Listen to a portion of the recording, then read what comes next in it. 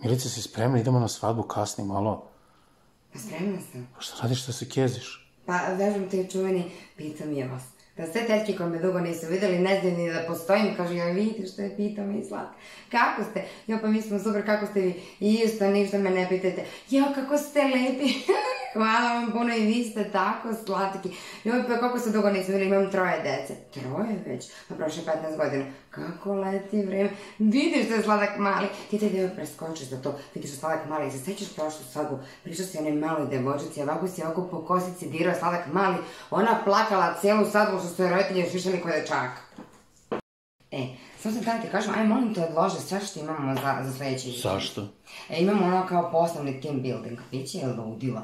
To je, mislim, iskreno ti kažem, baš volimo da se svi družimo. Mislim, nekako izgubim, ja kažem kolegama, vi ste meni svi kao neki mailovi, hodajuće brojke. Sad ćemo malo da se vidimo, neki hotel, 4 zvezdice, biće je ludilo skroz potpuno. Šta radiš to? A šta mi praviš modricu kad treba da idem na poslovni put? Što?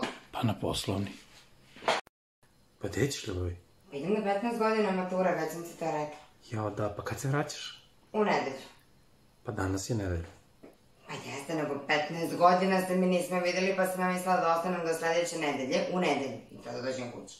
Jo, sreću, koliko ti voliš da se družiš. Pa moram što si ima da stignem da se podružim, ljubim te puno. Jo, divno. Jo, koliko ja volim s tobom da se nađem da popijem kafu, baš mi je lepo. I ja s tobom. Meni je tako lagano kad se s tobom vidim. Piti ovo, majko mila. Čekaj, coffee time. I ja ću sad morati da krenem, znaš? Nije valjda. Pa da. Ajde, ovdje vidimo sljedeći put. Mnogo mi je bilo lepo. Čovječe, mi idemo na večeru, šta ti je, si spremila pogledu? Ja sam se spremila. Idemo jednako kod tvoje drugarice i njenog muža. Ti prijatelji malo raskopčajte, da dugnete, da budeš raskalašan. Ona strašno voli kad ti tako stava onako leprešao što se kaže. Šta ja ima da se spremim? Jedemo tamo, ona kaže, ja Milica što se ti dobro udala. Pa gde si ti, Marko, bio kad sam se ja udavala?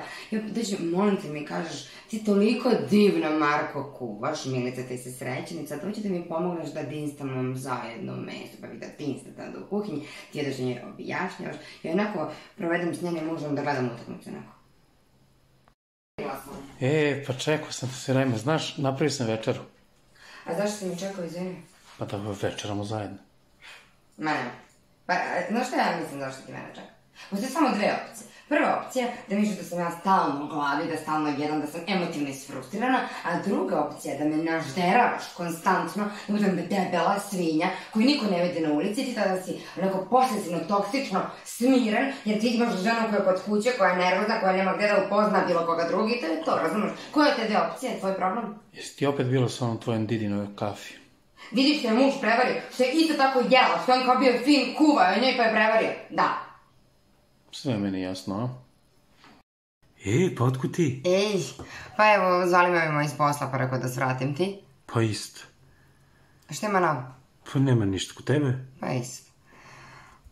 Nećeš verovati, iskreno, sad sve vreme razmišljam.